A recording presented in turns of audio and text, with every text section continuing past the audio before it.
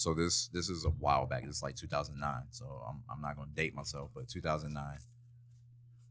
Poetry was not as well known as it should have been in Wilmington. I can say that. I can tell you exactly who was doing it around that time. It was only a few venues, and by few, there was a venue. At the time, it was called Juggling Gypsy. We'll get to that in a little bit, but I want y'all to hold Juggling Gypsy over there. They were doing poetry every now and then.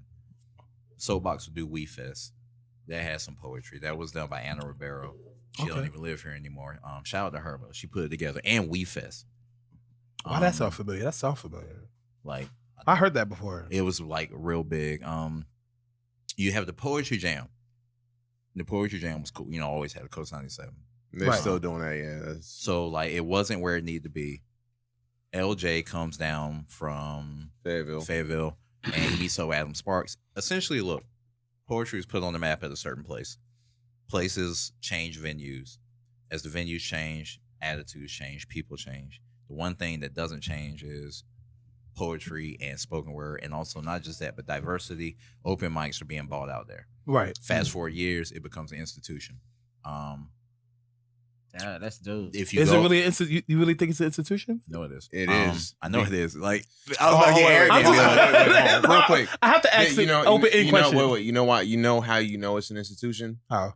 Because when people, anytime anyone asks about that particular show, where are they going to go? What is the first thing that they say in front of that name? They come into what? They come to MWO. They come to TMI. It ain't a poetry show unless it has MWO's name on it. And this is not, I want to start off. I see what you're saying. I see what you're saying. You know, I'm starting off from the beginning of this, so this is not arrogant or anything. This is just like putting it down as to what it was.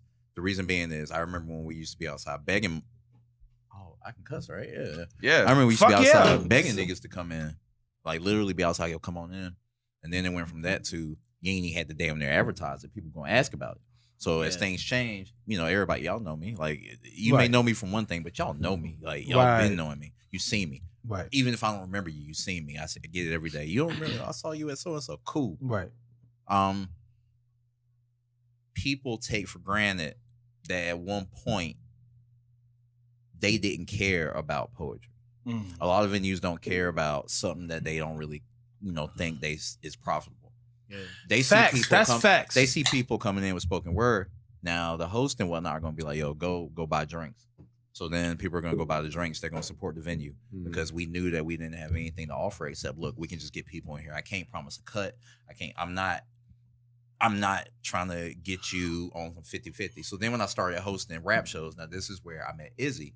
I started hosting, somebody invited me, and I love that person. They not cool with me right now, but I love that person. Yeah, they invited me to perform at their show. Oh, boy, be like that. They invited me to perform at their show. They had never had poets. I invited people I knew. Next thing I know, boom. I literally stood on that stage at Calico Room and said, I do poetry at Bottega. That was that Thursday. Friday, I was at Cameron Art Museum. Sold some bunch of shirts, spit, whatever. Saturday. I met you that Friday night. That Friday, my homeboy Carl Kennedy. Shout out to Carl, who is actually an actor. He getting his, he doing what he do. Right. He was like, yo, take care of my peoples. Right. He cool.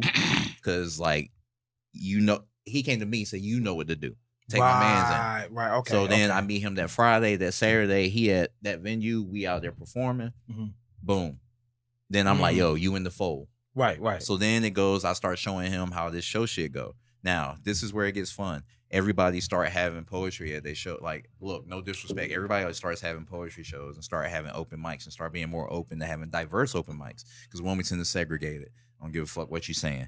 Like, Wilmington don't know how to like integrate themselves. Even when they given the chance, they'll be like, ugh. And I've been at certain spots where I feel like, that shit don't. Right? You can feel it in the air of, oh my gosh. You can feel the energy of negativism in the air. Bro, it's like that because Wilmington is still in generational curses, 1898, all that. If you want to get into all that, that's true. Whatever. But Wilmington Wilmington segregates itself. So now people are like, damn, we see a show that's bringing people together. Boom. We see that kind of camaraderie. Energy, vibe. That energy. Okay. And them hosts, they cool as hell. Like, right. And they put people on.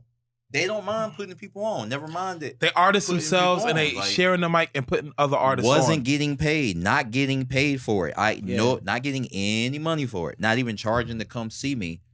barely getting anything. And if I do get paid, I'm putting that back in the bar. I'm putting that back into the artist. Right. People start seeing that, and they start hosting. They start putting shows out there, not remembering that this is not a money getter. This is a people. You gotta bring people in. The money come in. Right. Shows don't work out. Boom. Well, we don't want it. We don't want it no more. Nobody listen to that. Nobody's loyal. It's not even loyal. They just have. It's a gradual process. People want to make that money quick, man. Yeah, that's about it. It's about quickness. It's about getting that revenue. And going back to what you're saying, you jump on moments. So then you jump on whatever's popular. Right. Venues will jump on what's popular. They'll say Black Lives Matter, won't have black people there. They'll say like Black Lives Matter and will stop black artists from getting paid. They would make sure that they keep black artists from getting paid. Say, yo, you getting paid, what you're doing is alienating our clientele. So we need to, how about instead of you getting paid taking money, we work this out, and then it doesn't go through like that.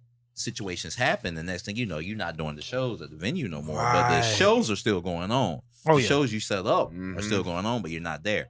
And again, that's not to any specific venue, but it is because to every multiple venue. It's at multiple venues. It's like, all y'all. It happens. That's art. Like, that's art. Art is meant to be exploited. It's meant to be taken advantage of because artists are not meant to be appreciated, but you have to change that. Right. Unfortunately, it's hard to change that when you're not really, really, really ready to fight. So like they're gonna jump on what it is.